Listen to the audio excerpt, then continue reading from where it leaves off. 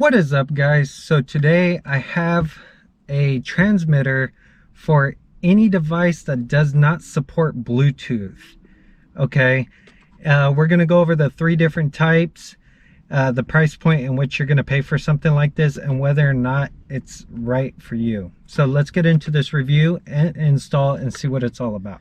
Okay, so let's go over the three types of transmitters that there are. Okay, so there's a transmitter and then there's a receiver. Okay, so there's a FM, AM, FM radio transmitter, which are those ones that plug into your cigarette lighter, and they have like this big old fancy display and all these buttons on it, and you gotta tune it to a FM radio station of some sort, and then you could transmit through radio like that, and then run your phone to it when it doesn't have Bluetooth. Okay, those suck. Let's be honest, they suck.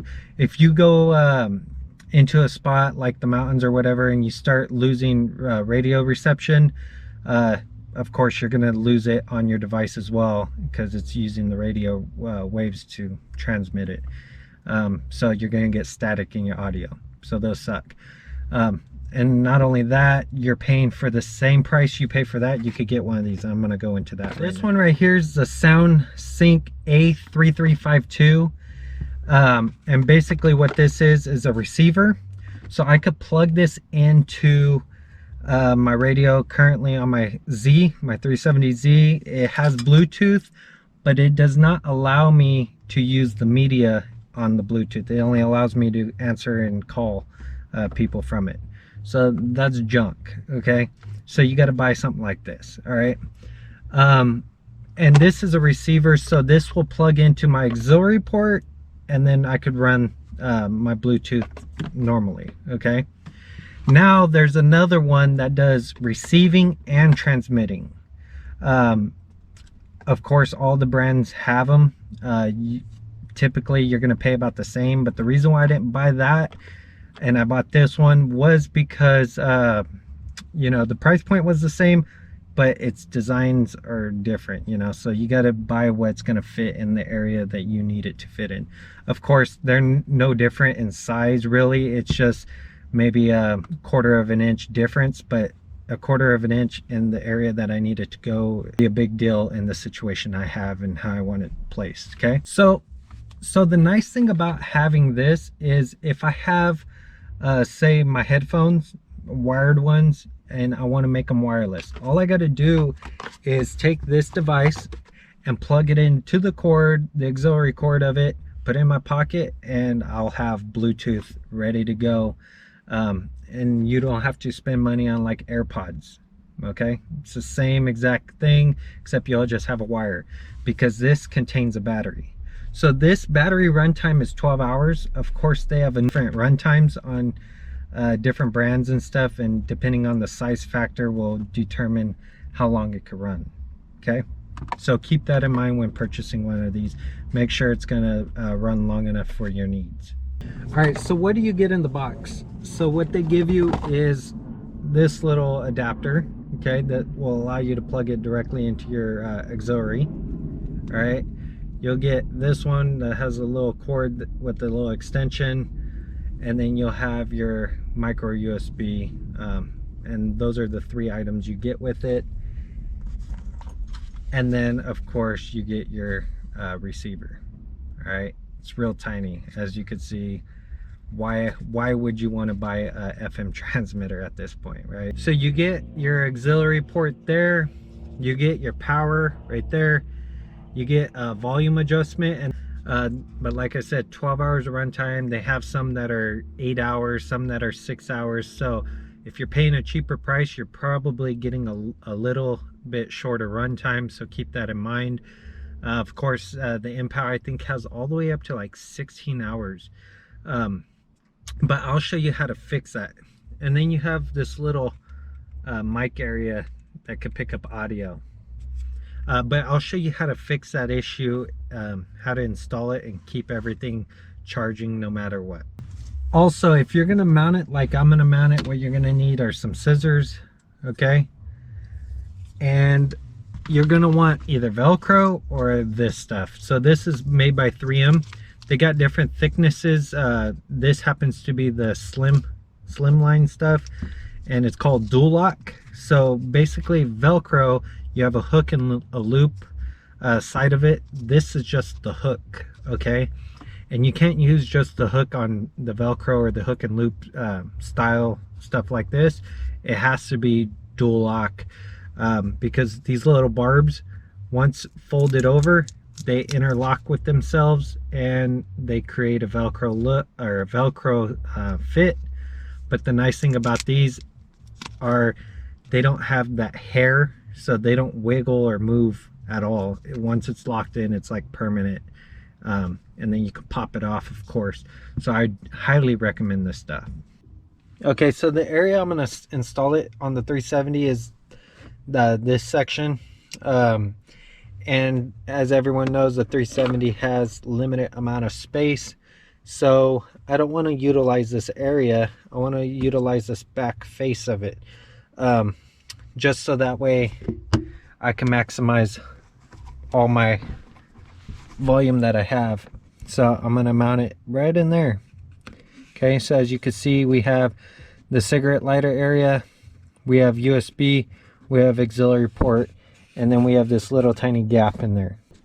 So for the other one I had, the Impal, I bought this little cable set up here. It's all aluminum, but it's a little short 6-inch extension. Like I said, I don't use the factory stuff that it comes with because I buy high quality stuff, so that way you don't get any distortion. Okay, and then also I bought a little 6-inch adapter here as well. This, I don't believe it's 6 inches. This is probably like 3 or so, but I think it was considered a little 6-inch adapter. I could be wrong, but this is about 3 inches in length, and this is the 6-inch adapter. And of course I got 90s on both ends, so that way they could tuck up in there and you have nothing sticking out below it, just so that way you could clean things up a little bit. Also keep in mind, depending on the 90 area will be determined by this. So make sure your 90 pairs up in the right direction, because of course it won't flip upside down to go the opposite way.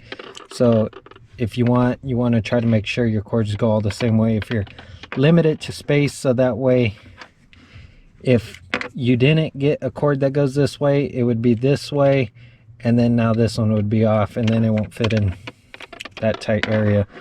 Of course this will spin to allow you to go from one side to another, but keep that in mind if you're trying to direct all your cables into one direction. So you want to measure your dual lock to the correct length of this. Of course this is 1-inch dual lock, but the length will be determined by you.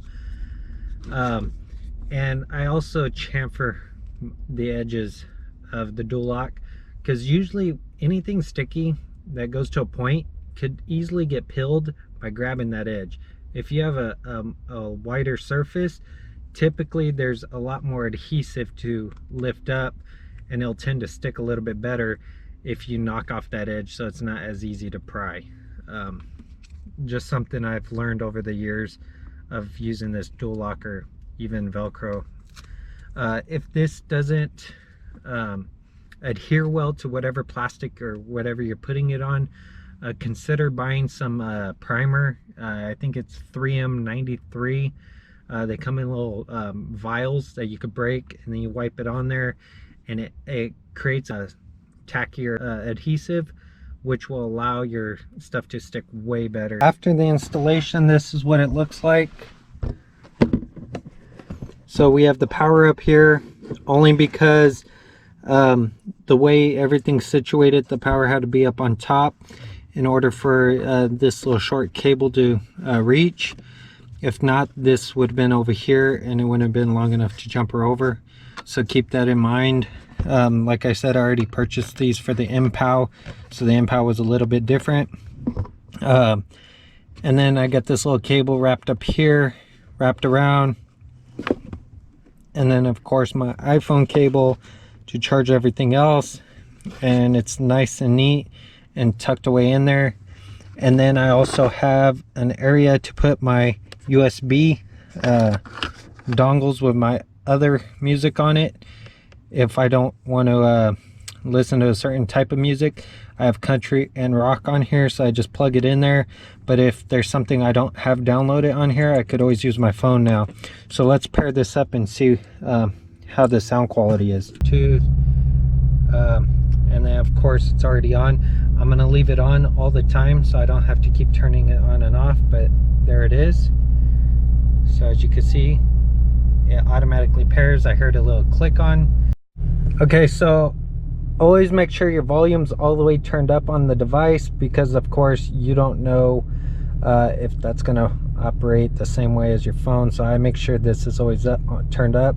Typically on Apple devices, stuff like this will automatically turn up your Apple device, so keep that in mind, but I don't think it will, so make sure that's all the way up.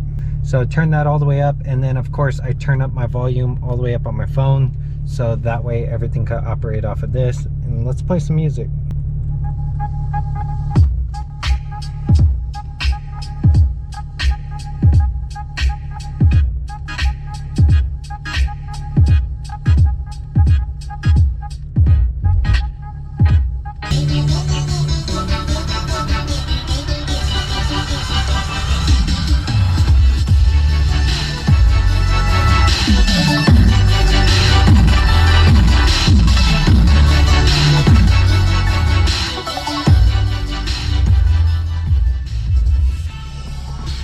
So I do not know how well that came out as far as the audio, because of course it was able to turn up really loud, but it sounds good. You know, typically the FM one will have some distortion, some cutouts, and this one, just the receiver setup is phenomenal. So definitely consider buying the receiver like I did, or even the transmitter version of it.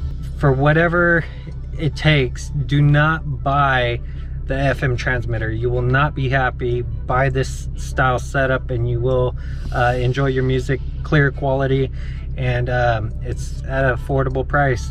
And definitely consider both options, you know, the TF or the TX and the RX version, depending on what you need. I mean, you're not going to save any money there, so you know, might as well get that if the size is compatible with whatever you're going to install it on, or the way you want to hide it. I mean, there's not even a big difference, but like you could see, I was confined with space, and also I like the way it looked, right? So keep that in mind when purchasing this. And at $30 compared to a FM transmitter, probably run you about $15. I mean, spend the extra money and get this style set up. You'll be really happy with it. So that's going to complete today's video. If you like this, give it a thumbs up. I greatly appreciate that. If you want to see content like this and other content I'll be posting on my YouTube channel, definitely consider subscribing. Until next time, I'll see y'all in the next one.